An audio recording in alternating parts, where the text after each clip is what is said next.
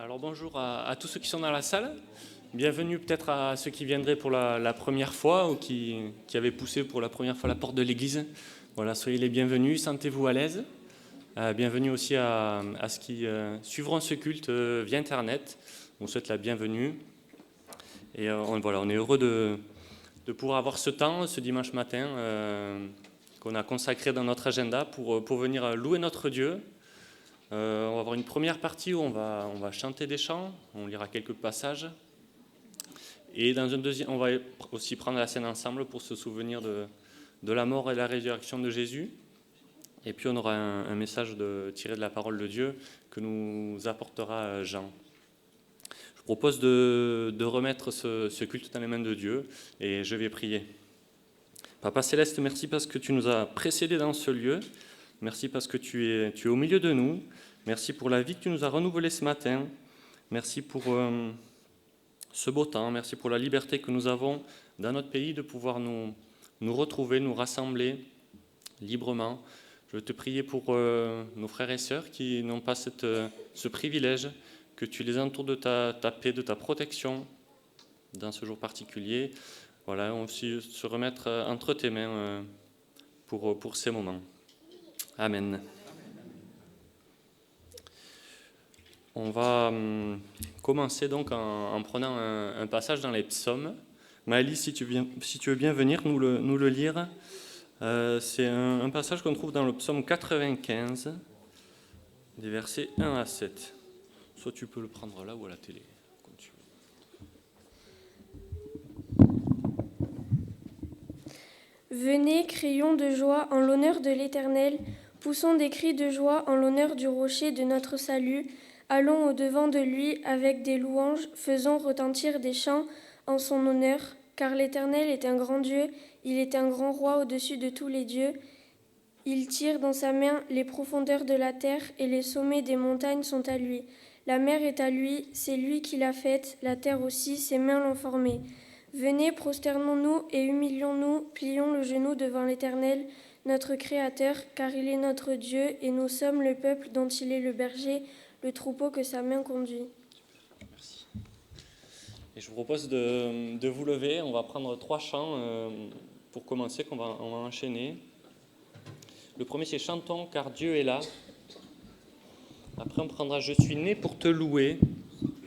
Et ensuite, « C'était toi ».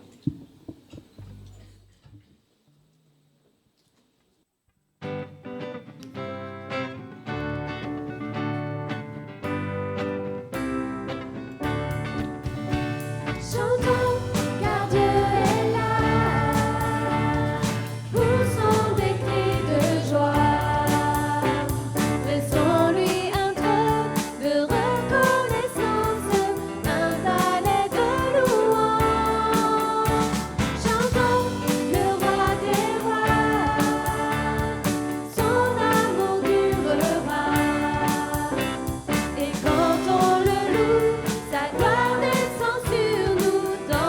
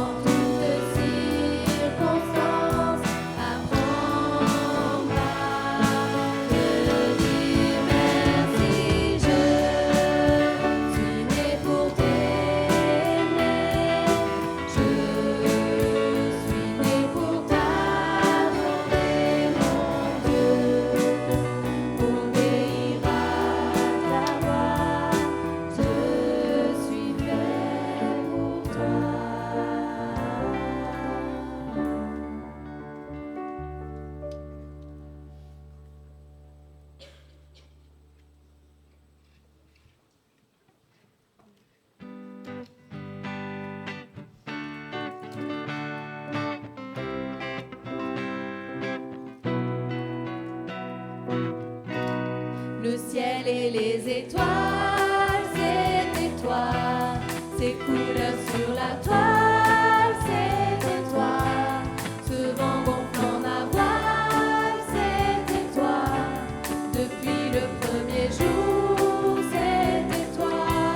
La voix dans le silence, c'était toi. La paix dans la souffrance, c'était toi. Cette douceur immense, c'était toi. Dans chacun de mes jours, c'était toi. Et quand je vois le ciel, les traces de tes pas,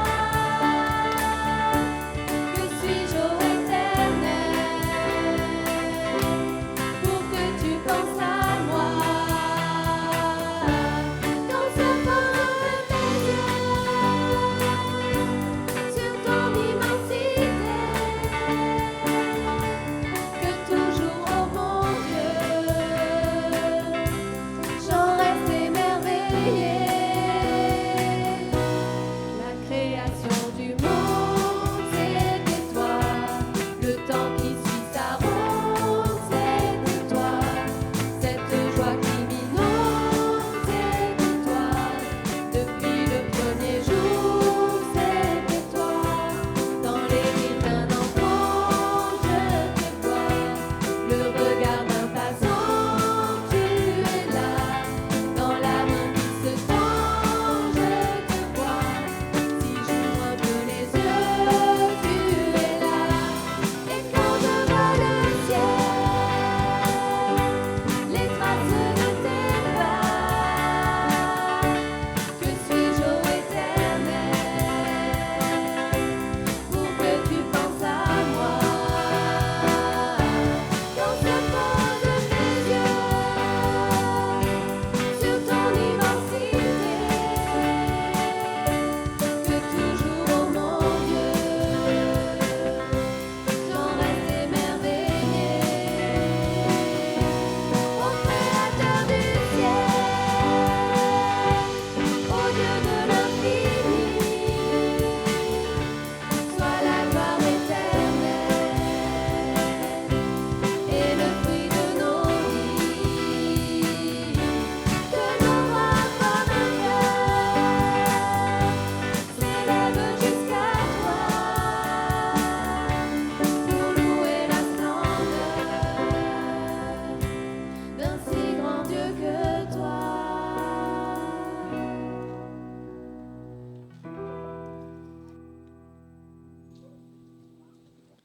Vous pouvez vous asseoir. Et je vous propose maintenant un petit temps de prière libre pour continuer à louer notre Dieu, que ce soit des prières de reconnaissance, qu'elles soient plutôt courtes, comme ça plusieurs pourront participer. Et voilà, je veux vraiment encourager les gens qui n'ont pas forcément l'habitude de prendre la parole dans ce moment. Allez-y, juste quelques mots. Et voilà, moi qui n'aime pas beaucoup parler, eh ben, voilà, vous pouvez avoir ce petit temps, un petit merci Jésus, et voilà, qu'on soit plusieurs à le faire. Et puis je conclurai.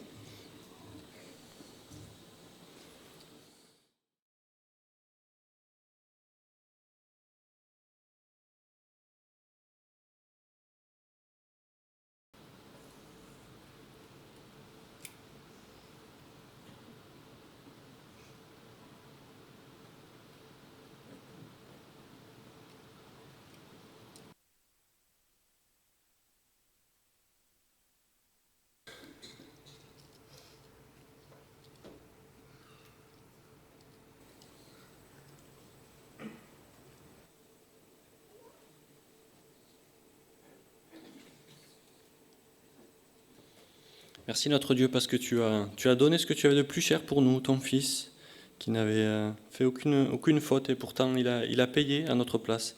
Alors on veut te louer et te dire merci pour cela. Amen. Maintenant on va avoir un petit cadeau peut-être, je ne sais pas si vous étiez au courant. On va avoir la chorale des enfants, un peu pour clôturer peut-être cette année à l'école du dimanche.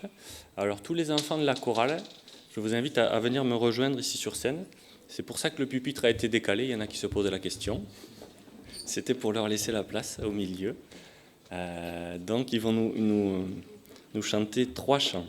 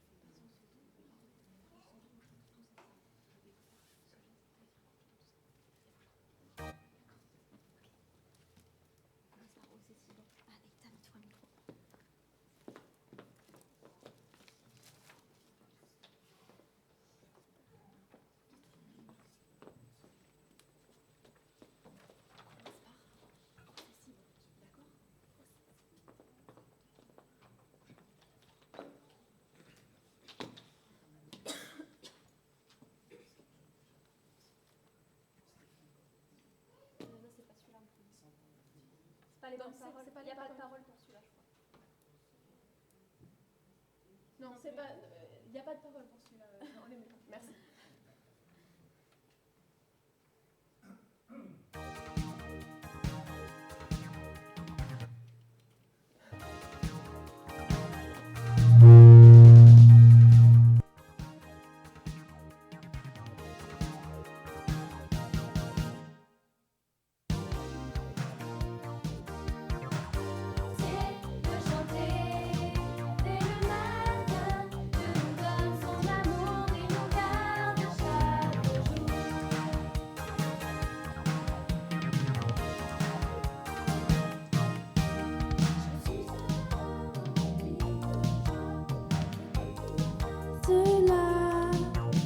Seigneur, c'est l'œuvre de tes mains, ce que tu fais bien. Oh oui, c'est bien. Oh, c'est si bon de pouvoir le louer, le remercier, le chanter.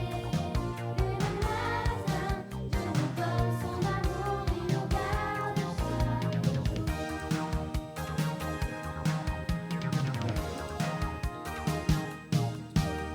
C'est ta force qui me remplit, et en toi je revis. Tu es le rocher où je m'appuie, le Seigneur de ma vie, oui de ma vie. Oh, c'est si bon de pouvoir le louer, le remercier, le chanter. Et le matin, Dieu nous donne son amour, il nous garde chaque jour. Oh, c'est si bon de pouvoir le louer, le remercier, le chanter. Et le matin, Dieu nous donne son amour, il nous garde chaque jour.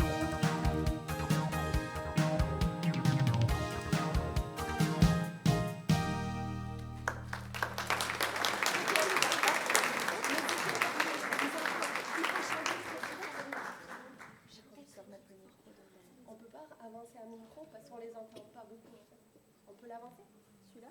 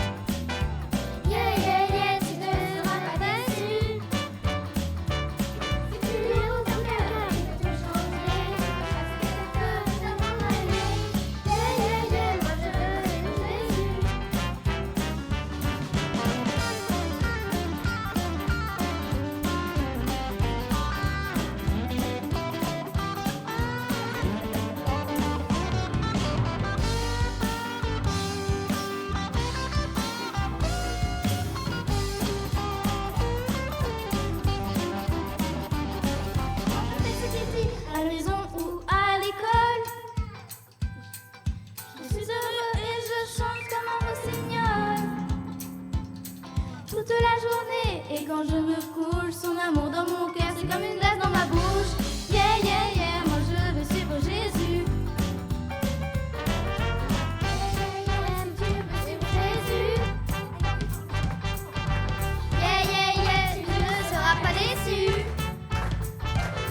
Si tu lui ouvres ton cœur, il peut tout changer. Si tu veux chaque fois m'aimer. Yeah, yeah, yeah, moi je veux suivre Jésus.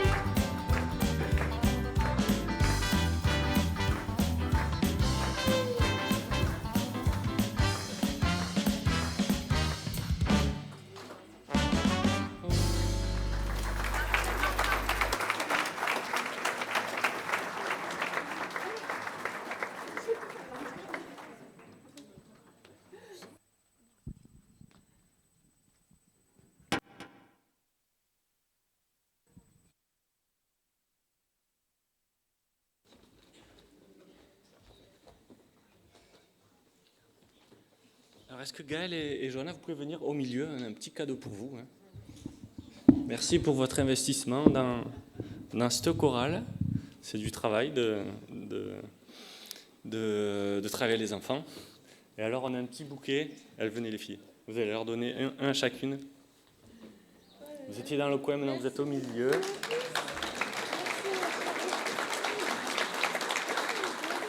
Super.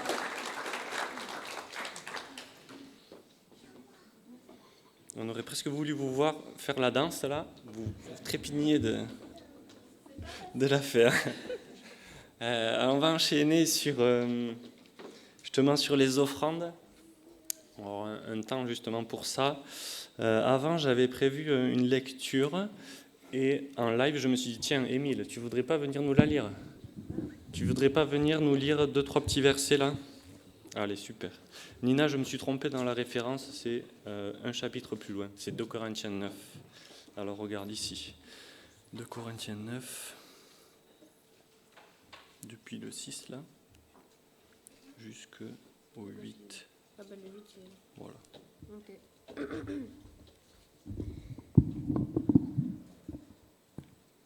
Sachez-le, celui qui sème peu moissonnera peu, et celui qui sème abondamment moissonnera abondamment. Que chacun donne comme il l'a décidé dans son cœur, sans regret ni contrainte, car Dieu aime celui qui donne avec joie. Tu peux faire sur l'autre. Dieu peut vous combler de toutes ses grâces afin que vous possédiez toujours à tout point de vue et de quoi satisfaire à tous vos besoins et que vous ayez encore en abondance pour toutes les œuvres bonnes. Super, merci. Alors on va passer pour ceux qui ont à cœur de donner. Jonathan, si tu veux bien venir. Et Émile, tu voudrais aussi passer avec le sac. Si tu peux faire le côté gauche et Jonathan, tu fais le côté droit. Et pendant ce temps, pour ne pas perdre trop de temps, on va prendre un chant. C'est Pur de Hillsong. Voilà, comme ça on va faire les deux choses en parallèle. Ceux qui le peuvent, je vous invite à vous lever pour ce chant.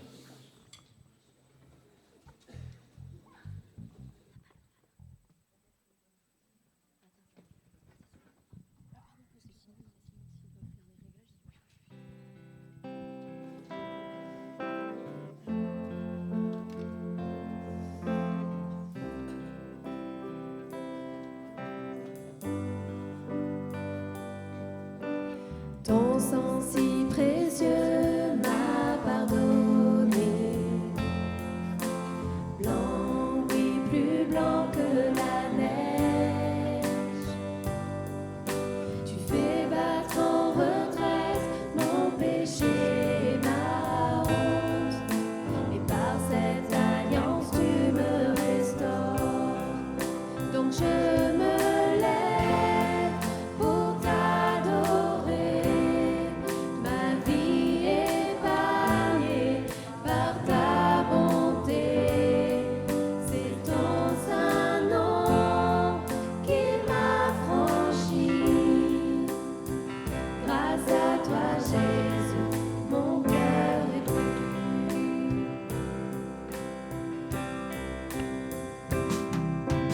Affermis mon cœur dans ta présence.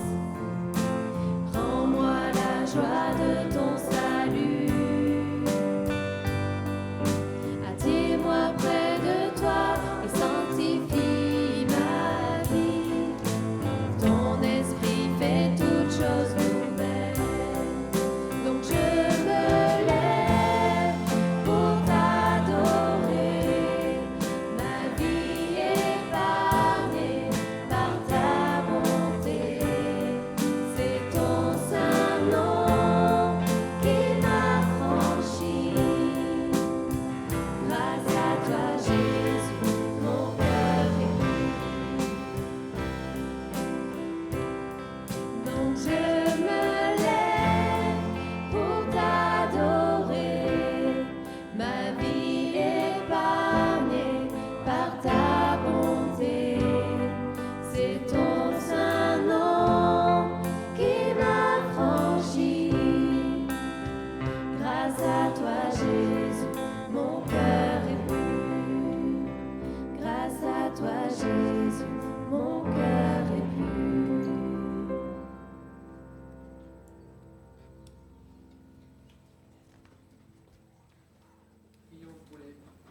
Prions pour les offrandes. Seigneur, on veut te dire merci pour toutes les offrandes qui t'ont été apportées, Seigneur. On veut se rappeler que c'est un autre moyen de te louer, Seigneur. Et on te prie que tout ce qui a été fait ait été fait avec joie, Seigneur. Et on te prie, Seigneur, que ces offrandes puissent servir à l'avancement de ton règne ici-bas, Seigneur, dans la ville de Pau. Et on te prie, Seigneur, de bénir toutes les personnes qui vont l'utiliser, que ce soit fait, Seigneur, vraiment pour ta gloire. Au nom de Jésus-Christ. Amen. On va maintenant se rapprocher du moment où on va partager la scène. Et avant, voilà, on va pouvoir rester assis pour prendre un chant. 3 croix sont dressées.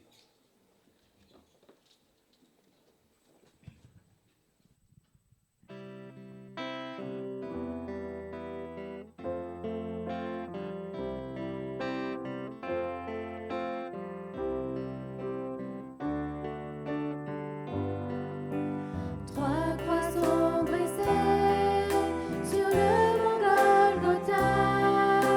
300 sont damnés à mourir sur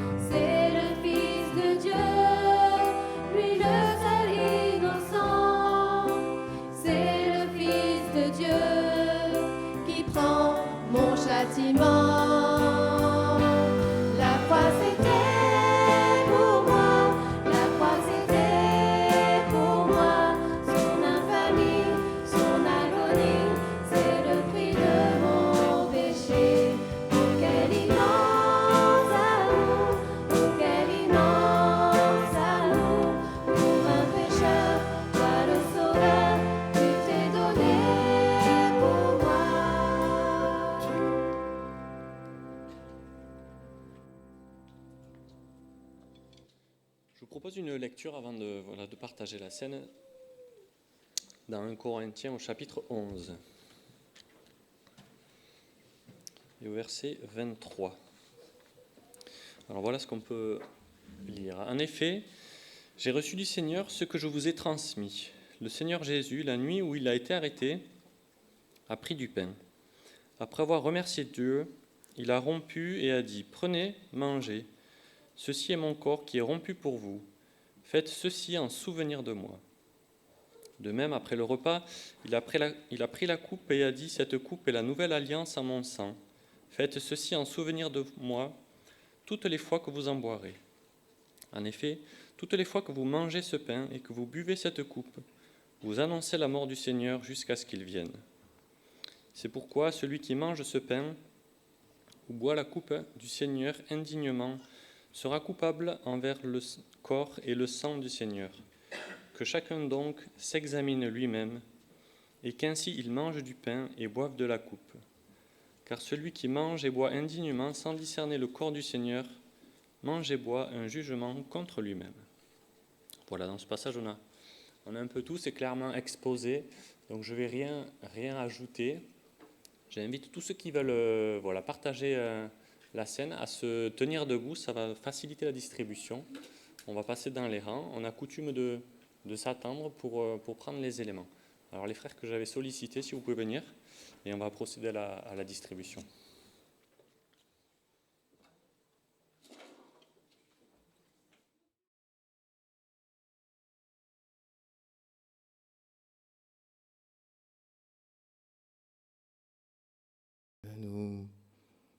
Nous sommes devant toi, Seigneur, comme ces enfants, Seigneur, que nous avons vus, dans la simplicité.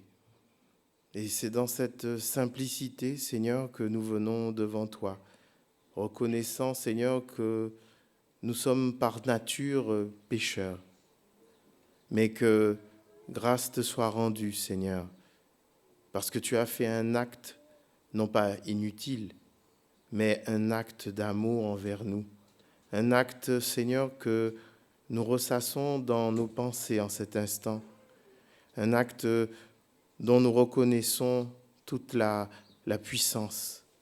Cette puissance qui nous permet de nous présenter devant ta cette sainte face et te dire merci, Seigneur, pour ton corps que tu as livré pour nous à cause de nos fautes, à cause de nos péchés.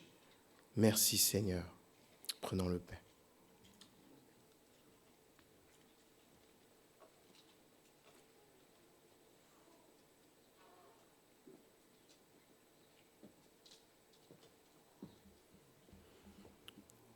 Oui, Seigneur, nous nous souvenons qu'il y a près de 2000 ans, tu avais désiré manger cette Pâque avec tes disciples et que tu leur as tendu cette coupe, ce pain. Et aujourd'hui encore, nous prenons cette coupe et ce pain comme venant de ta main, Seigneur.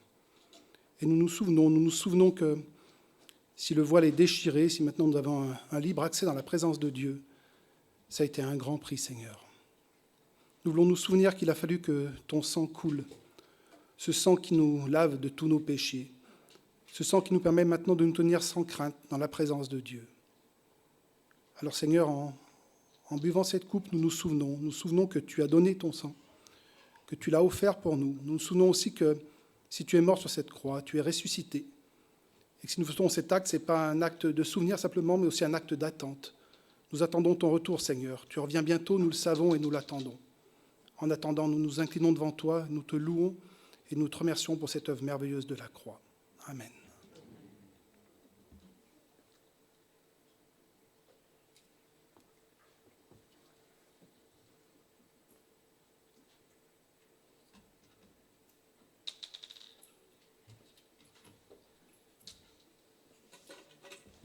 On va passer ramasser les coupes. Vous pouvez vous asseoir. Et je vais appeler Jean pour le message. Est-ce qu'il y a la classe des enfants aujourd'hui ? Oui. Alors les enfants, vous allez pouvoir monter à l'étage.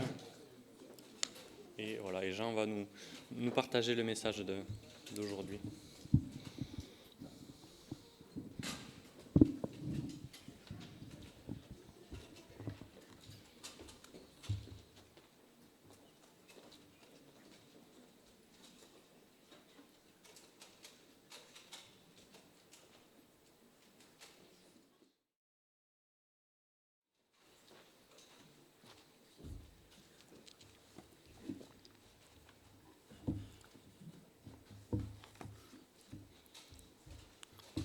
Bonjour à tout le monde. Oui, bonjour. Bien. Alors, les enfants nous ont déjà régalés, hein.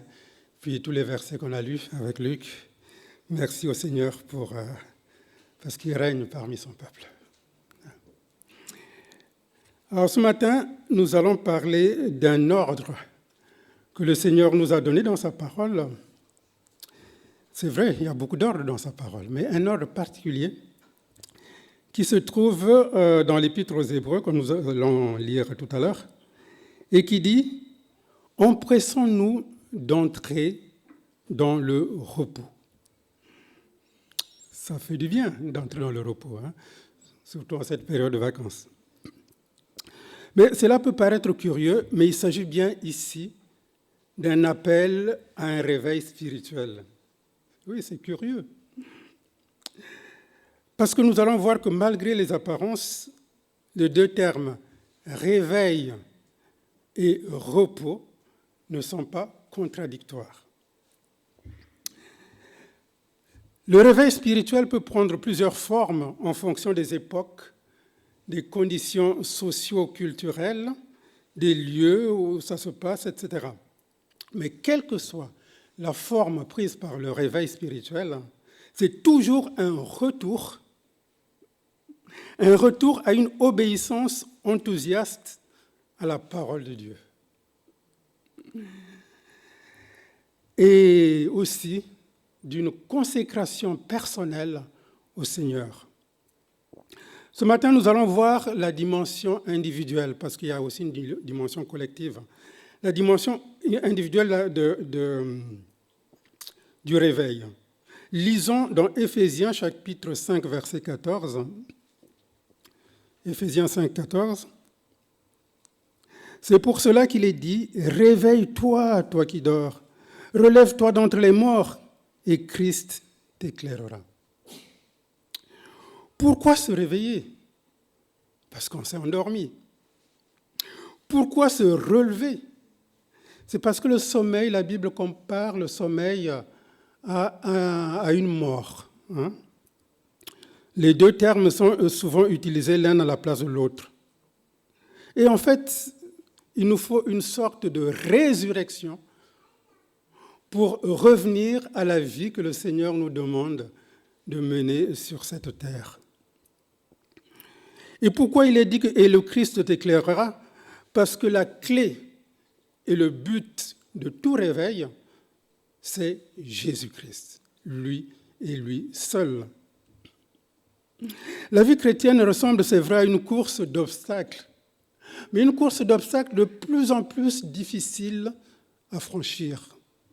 Enfin, ça nous paraît en tout cas. Moi, ça me paraît de plus en plus difficile à franchir.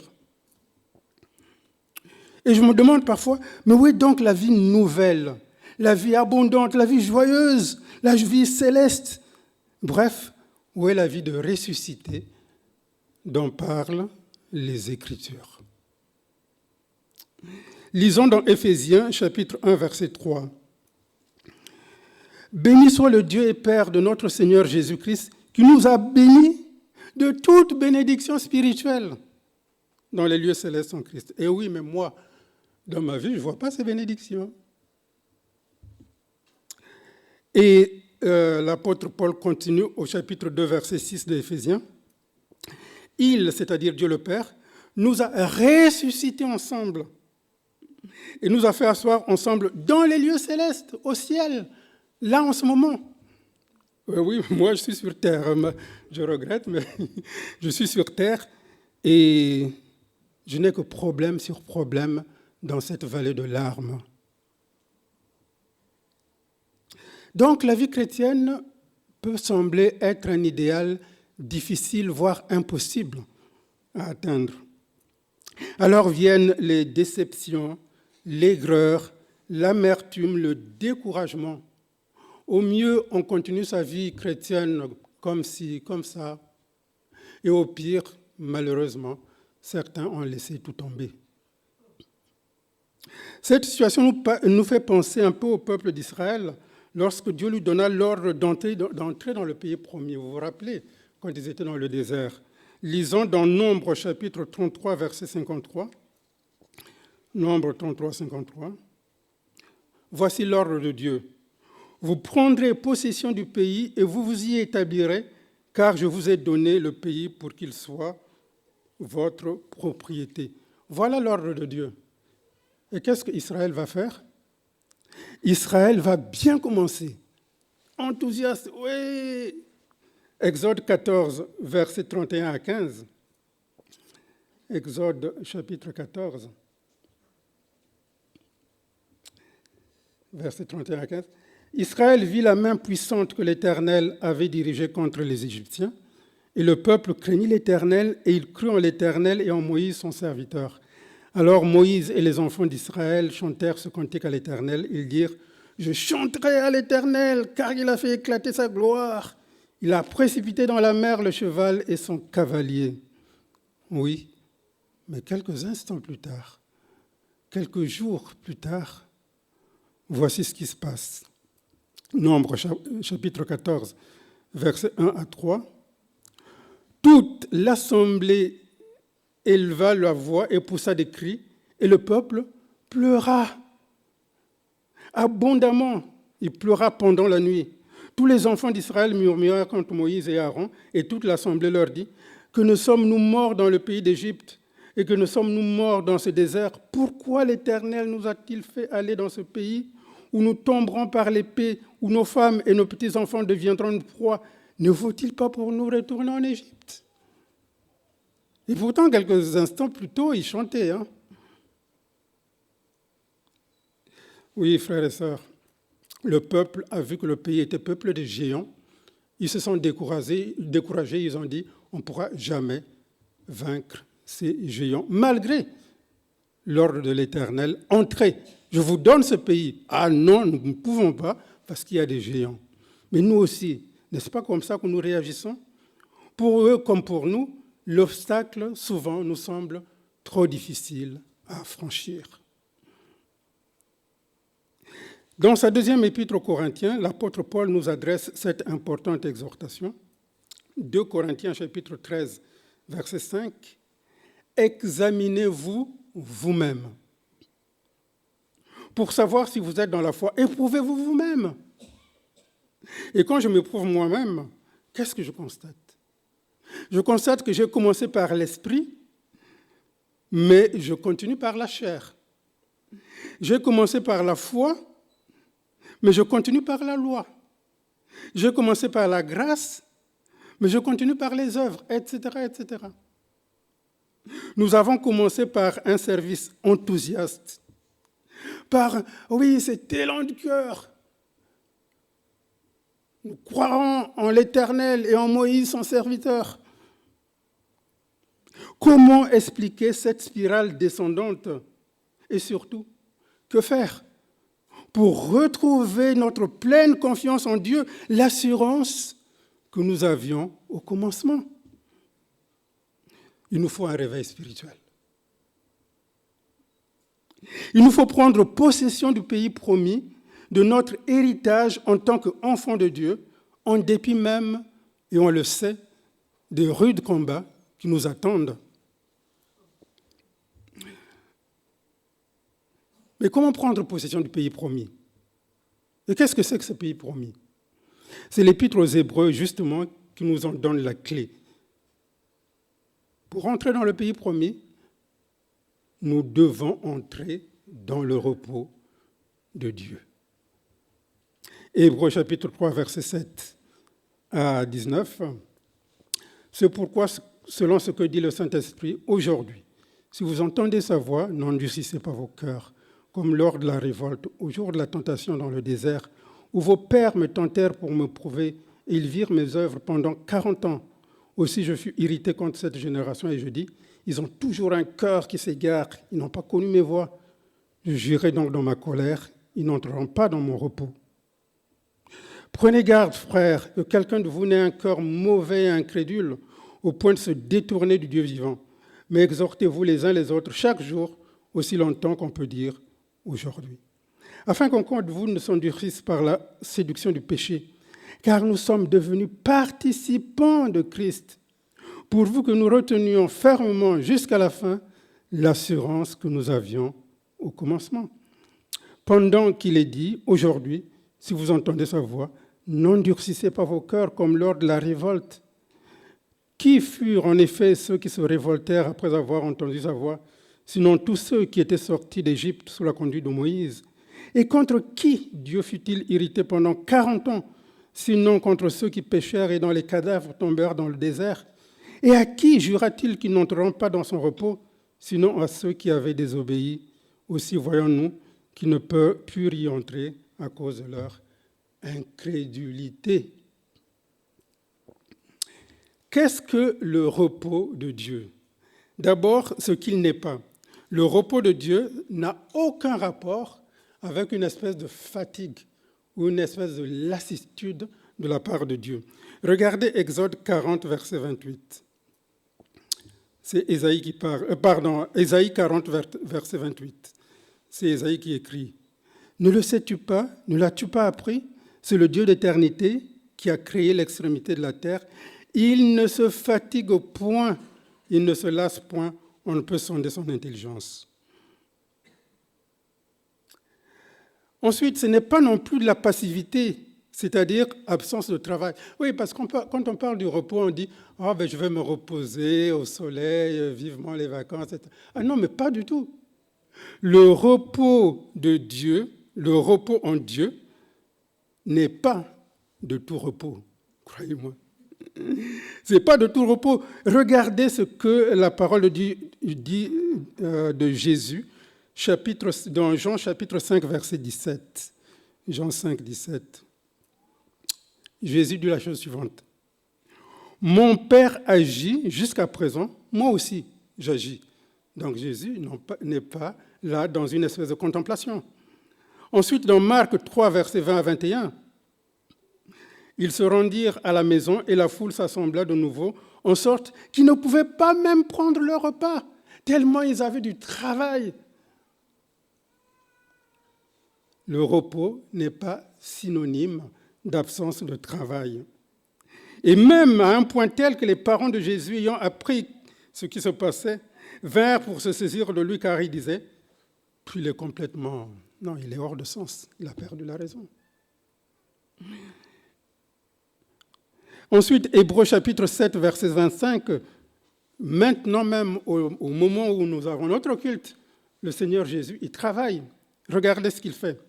C'est pour cela qu'il peut sauver parfaitement ceux qui s'approchent de Dieu par lui, étant toujours vivants, pour intercéder en leur faveur. Dieu, en ce moment, Jésus, intercède auprès du Père.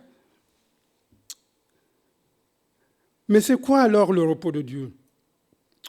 D'abord, le repos de Dieu, dans la première page du livre de la Genèse, le repos de Dieu, c'est ce qui conclut la création de Dieu. Regardez dans Genèse chapitre 2, les 3 premiers versets. Genèse 2, versets 1 à 3. « Ainsi furent achevés les cieux et la terre et toute leur armée. Dieu acheva au 7e jour son œuvre qu'il avait faite, et il se reposa au 7e jour de toute son œuvre qu'il avait faite. Dieu bénit le 7e jour et il le sanctifia, parce qu'en ce jour, il se reposa de toute son œuvre qu'il avait faite en la créant. » Dieu s'est reposé le 7e jour. Et quand il a jeté un œil en arrière sur tout ce qu'il avait créé, il a déclaré la chose suivante dans Genèse 1, chapitre 1, verset 31. Dieu vit que tout ce qu'il avait fait, et voici, cela a été très bon. Non seulement bon, mais très bon. Ainsi, il eut un soir, il eut un matin, ce fut le 6e jour. Donc, le repos de Dieu, c'est l'état dans lequel Dieu se trouve en contemplant son œuvre parfaitement accomplie. Il n'y a rien à ajouter. Tout est accompli. Tout est parfait. Mais frères et sœurs, le repos de Dieu va bien au-delà de tout ce qu'un être humain pourrait décrire. On est en train de décrire, mais en fait, ça va beaucoup plus loin. Pourquoi? Prenez chapitre Colossiens chapitre 1, verset 16. Car en lui, c'est-à-dire en Christ, ont été créées toutes les choses qui sont dans les cieux et sur la terre, les visibles et les invisibles, trône, dignité, domination, autorité. Tout a été créé par lui et pour lui. C'est Christ qui a tout créé. C'est Jésus. Prenez ensuite Jean chapitre 19, verset 30. Quand Jésus prit le vinaigre, il dit « Tout est accompli ». Et baissant la tête, il rendit l'esprit. Jésus, c'est lui qui a tout accompli. Ensuite, prenez Matthieu chapitre 17, verset 5. Comme il parlait encore, une nuée lumineuse les couvrit, et voici, une voix fit entendre de la nuée ces paroles. « Celui-ci est mon fils bien-aimé, en qui j'ai mis toute mon affection. » Jésus est véritablement, oui, on pourrait dire l'enfant chéri, est véritablement l'enfant, le Fils de Dieu, celui en qui Dieu a mis toute son affection. Jésus est véritablement le repos de Dieu. C'est Jésus, le repos de Dieu. Et on ne peut pas décrire Jésus. Il est hors de toute description. Conclusion, Dieu trouve son repos parfait en Jésus-Christ, son Fils. Puisque Dieu trouve son repos parfait en Jésus-Christ, son Fils, Dieu nous ordonne, puisque nous avons Jésus dans nos cœurs, Dieu nous ordonne d'entrer dans son repos. Hébreux chapitre 4, verset 11, que nous avons lu. Empressons-nous donc d'entrer dans ce repos afin que personne ne tombe. Frères et sœurs, si tu ne rentres pas dans le repos de Dieu aujourd'hui, puisque c'est aujourd'hui que tu entends sa voix, qui t'ordonne cela, tu vas tomber. La parole de Dieu est claire, tu vas tomber. Pourquoi ? Parce que tu donnes le même exemple de désobéissance que le peuple d'Israël. Alors la question est, comment entrer dans le repos de Dieu ? Mais puisque c'est Christ qui est le repos de Dieu, nous entrons dans le repos de Dieu en imitant Jésus-Christ. Regardons la vie de Jésus. D'abord, on voit que Christ est né de Dieu, il vivait par Dieu et pour Dieu. Regardez Jean 6, 38. Qu'est-ce que l'apôtre Jean nous dit ? Car je suis descendu du ciel, donc Jésus qui parle, car je suis descendu du ciel pour faire non ma volonté, mais la volonté de celui qui m'a envoyé. Donc, nous aussi, en imitant son exemple, nous devons faire la volonté de celui qui nous a sauvés. Ensuite, regardons la vie de Jésus. Christ était constamment en communion avec son Père. Jean chapitre 14, verset 11. Croyez-moi, je suis dans le Père et le Père est en moi. Croyez-le, croyez du moins à cause de ses œuvres. Et moi, est-ce que je suis en communion avec le Seigneur ? Enfin, Jésus ne faisait rien de lui-même. C'est son Père qui faisait tout en lui. Jean chapitre 5, verset 19. Jésus reprit donc la parole et leur dit, en vérité, je vous le dis, le Fils ne peut rien faire. Si le Fils ne peut rien faire, franchement, qui suis-je pour dire que je peux faire quelque chose ?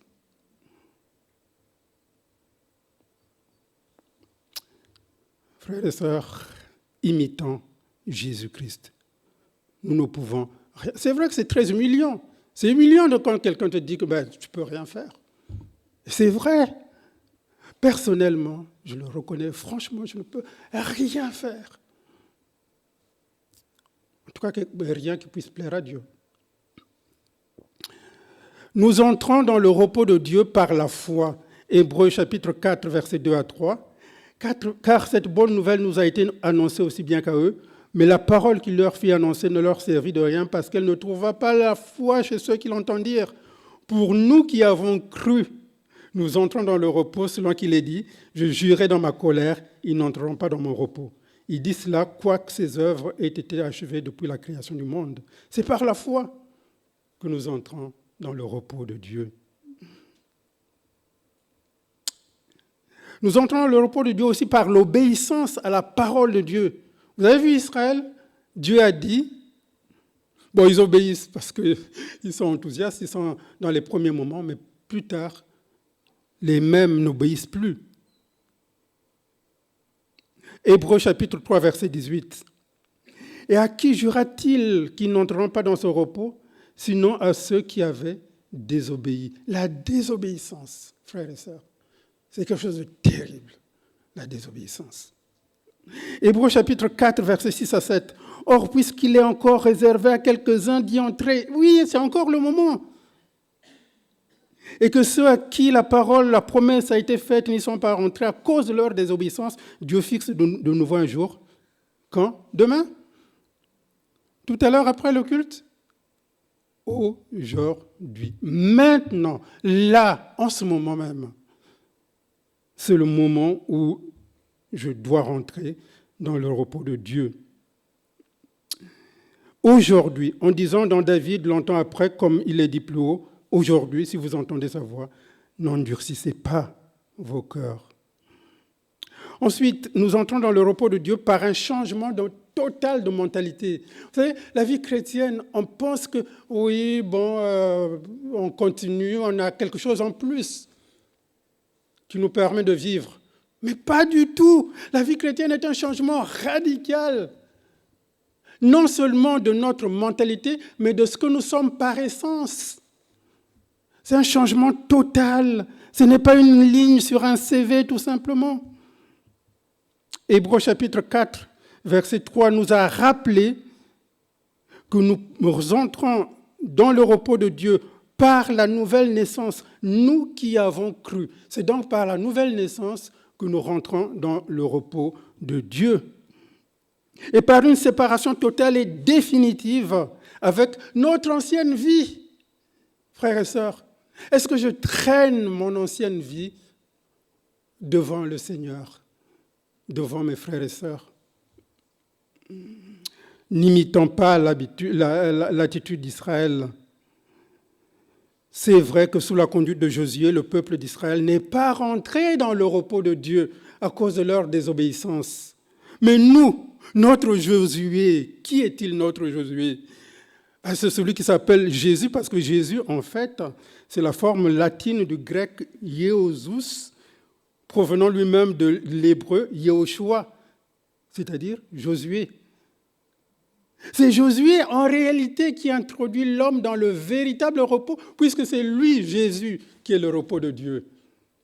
C'est lui qui nous introduit en lui-même. Pourquoi Israël n'est pas rentré dans le repos de Dieu?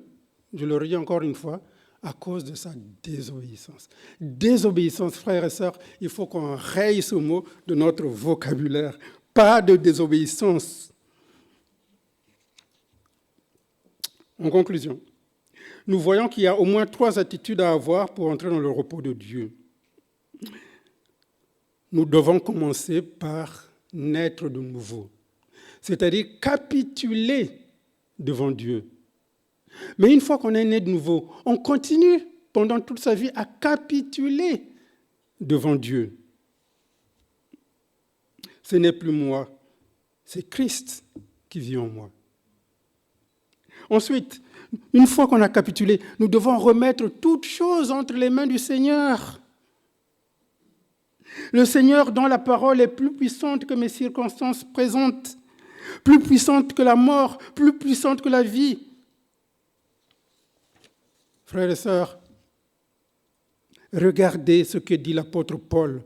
Lorsqu'il a été à l'extrémité de la souffrance et de l'épreuve, qu'est-ce qu'il a dit en 2 Corinthiens chapitre 1, verset 9 ?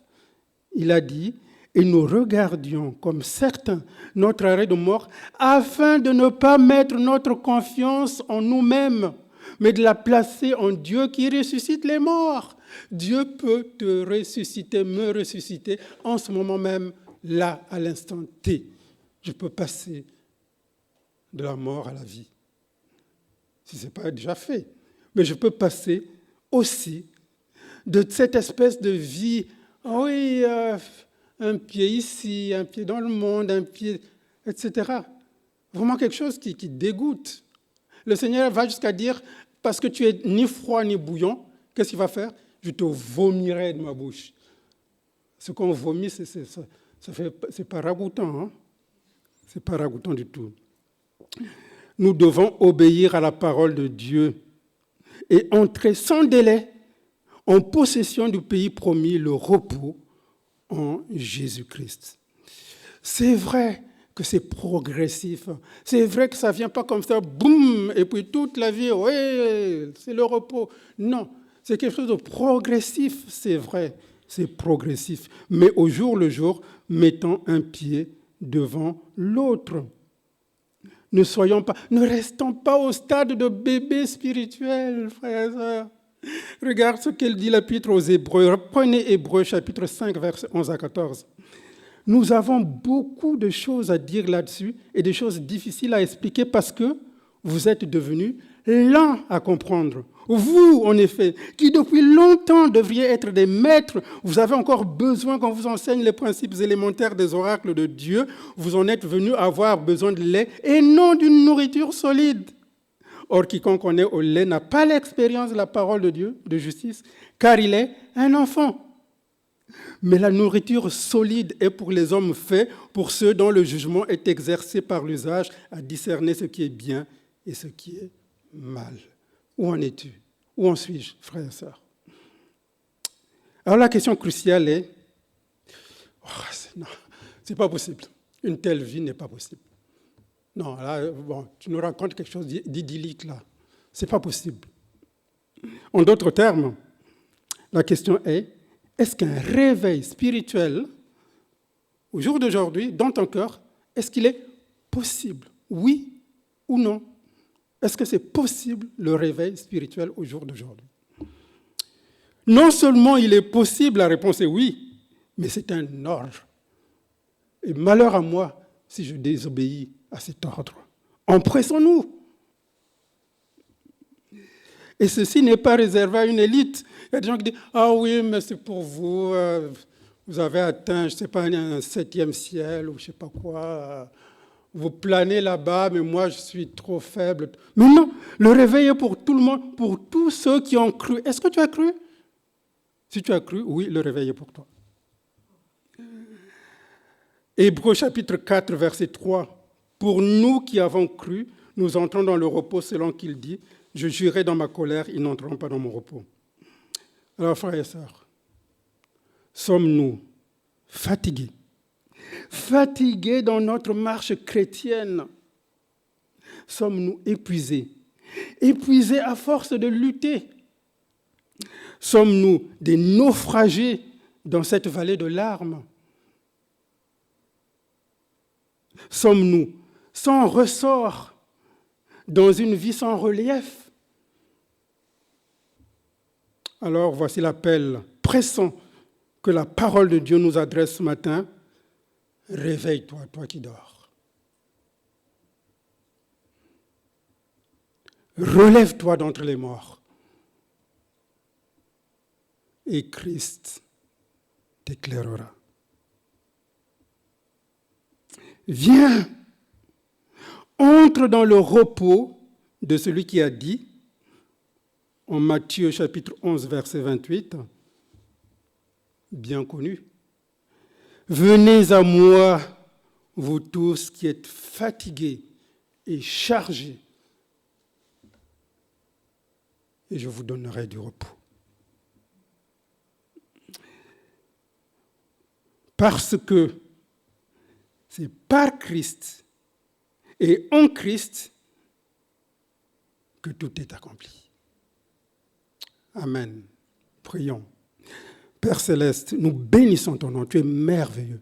Vraiment, mon cœur déborde. Je ne sais pas comment te remercier, Seigneur, mais tu es merveilleux. Oh Seigneur, tu vois l'état de mon cœur. Ce cœur qui désobéit, qui est rebelle, qui ne veut pas rentrer dans le repos de Dieu. Mais Seigneur, tu dis aujourd'hui, maintenant, si vous entendez ma voix. Oui, Seigneur, nous avons entendu ta voix. Et nous nous humilions devant toi. Je m'humilie devant toi, Seigneur, devant mes frères et sœurs, parce que j'ai désobéi. Seigneur, aujourd'hui, nous désirons entrer dans ton repos. Glorifie-toi, Seigneur, au nom de Jésus-Christ. Amen. Alors nous allons chanter, non pas par moi, mais par Christ en moi.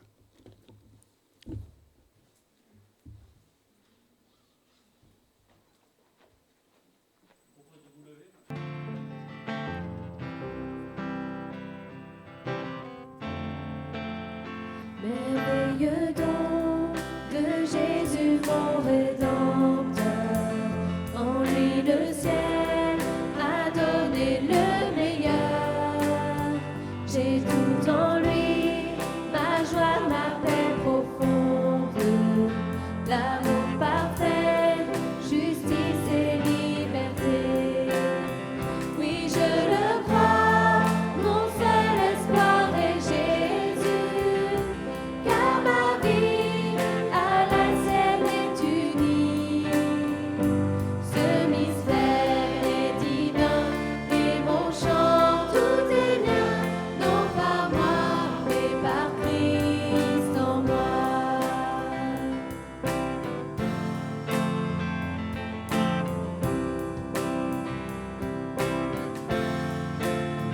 Je n'ai pas peur, jamais il m'abandonne. Malgré la nuit, il reste mon sauveur.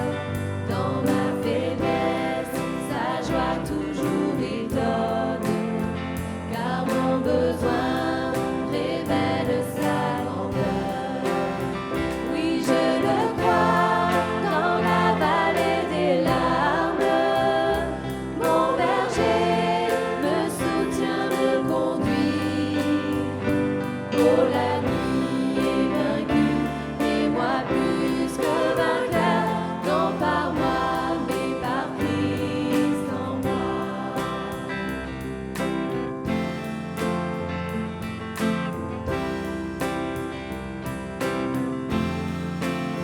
Pour pardonner ma destinée certaine, le prix payé, mon cœur est assuré.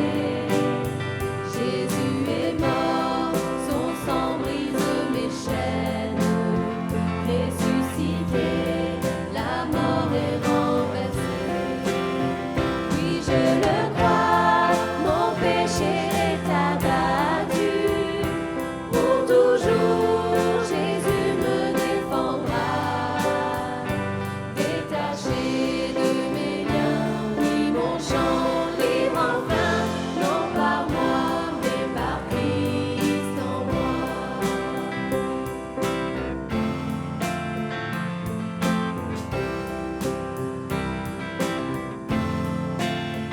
À chaque instant, je brûle de le suivre.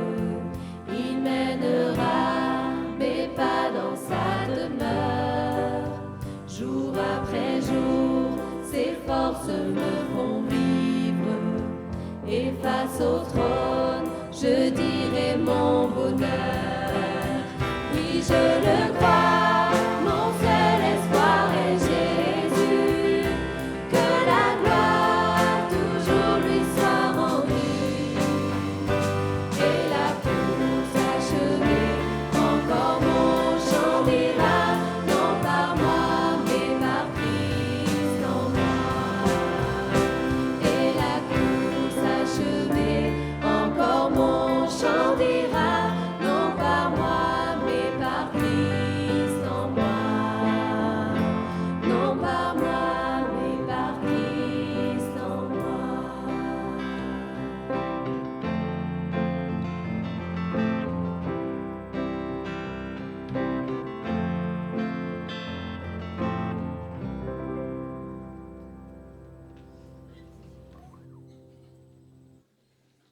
Alors c'est sur ce chant que notre culte enregistré se termine. Voilà, je vous dire Merci de nous avoir suivis. Si jamais vous voulez contacter l'Église, n'hésitez pas. Dans la description, vous trouverez tous les renseignements. Et pour ceux qui sont donc